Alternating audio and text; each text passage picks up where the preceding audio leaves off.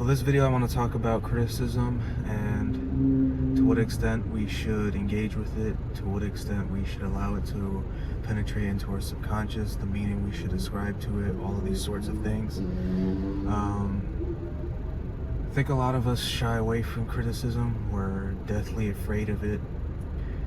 We think it diminishes us as a person. We think it's to be avoided at all costs. And this is I think, in my opinion, this is an improper mindset to have in relation to being criticized. Now, criticism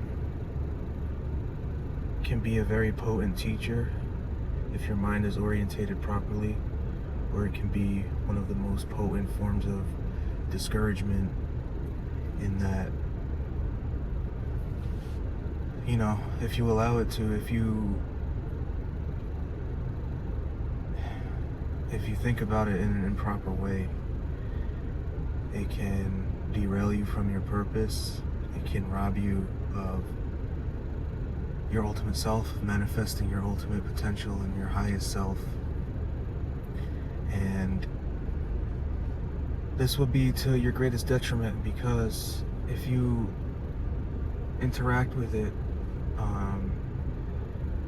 in a way that is more ascended in terms of consciousness and this sort of thing, it could be your greatest teacher. Why? Because provided the criticism, and this is another thing, is the criticism coming from a reputable source, somebody you respect, somebody that has nothing but pure motives in mind, somebody that wants to see you grow, or is it coming from somebody with their own ulterior motives, with their own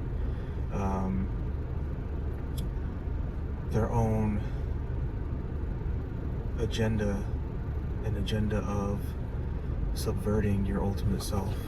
So this is something that we have to discern when faced with criticism. But I want to speak on, and I've been thinking about how to discern that, and I think a lot of it comes from subconscious intuition, whereby you discern the level of vibration the person that's criticizing you is at. But I think when you try to discern it consciously, to some degree that is useful and valuable.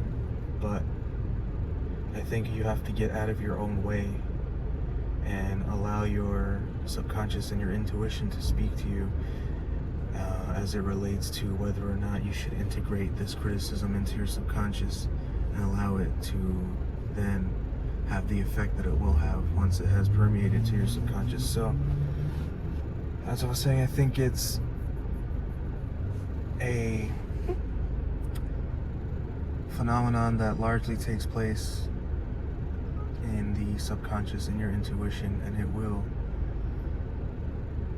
allow you to make that decision. But once you try to impose upon it your own narratives and your own thinking mind and all of these things, then I think the waters become a little bit muddied, and it's a little bit harder to discern whether or not you should take the criticism to heart. But if you decide to do that, then criticism can reveal to you detriments in your current character that are holding you back from manifesting your ultimate potential. And if you can find it within you to have the humility and the purity of heart and the true desire to ascend, then you will address these so-called deficits of character. And as you do so, as you voluntarily confront them, you grow stronger, but you grow and you ascend in your consciousness. And this will allow you to be one step closer to manifesting your ultimate potential and God's purpose for you. So I don't think that criticism in and of itself should ever be, criticism that's coming from a place of purity should ever be shunned, or should ever be avoided, or you should think that it means you're less of a person, or you're worth less, or you're just diminished in who you are. Because those things will all be true if you fail to take the lessons from the criticism, because if you avoid it, you cannot interact with the higher aspects of consciousness that it represents, your ultimate purpose. So look at it as a stone, stepping stones in a river that you use to traverse the river. But don't look at it as something to be afraid of, as I said, and know that as you take the criticism to heart and you incorporate it into your subconscious, aspects of your reality will then begin to be altered and be dictated by this new seed that's been dropped into your very spirit. The criticism represents a seed. When it's dropped into your subconscious, into your spirit, then it begins to bloom, and then new aspects of yourself begin to form, and then you can then water those and nurture those and allow those to grow as part of your ascended self, as part of your ultimate self. So the other thing I do want to say, though, is that there are those who criticize just to criticize, because they're not content with who they are and the version of themselves that is manifest in this reality. So they project that outward, and they want to bring others down to their level of low vibration and the plane of low consciousness. So it is important to discern where the source of the criticism. Look at them, prove their characters, observe them. Don't necessarily pay attention to their words, but pay attention to their actions. Pay attention to how they conduct themselves in this reality.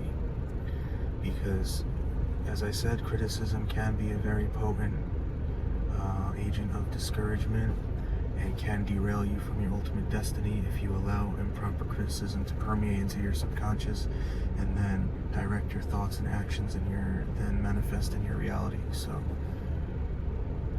be careful of that, be mindful of that, and approach these things with an open mind, with an open heart, but guard your subconscious.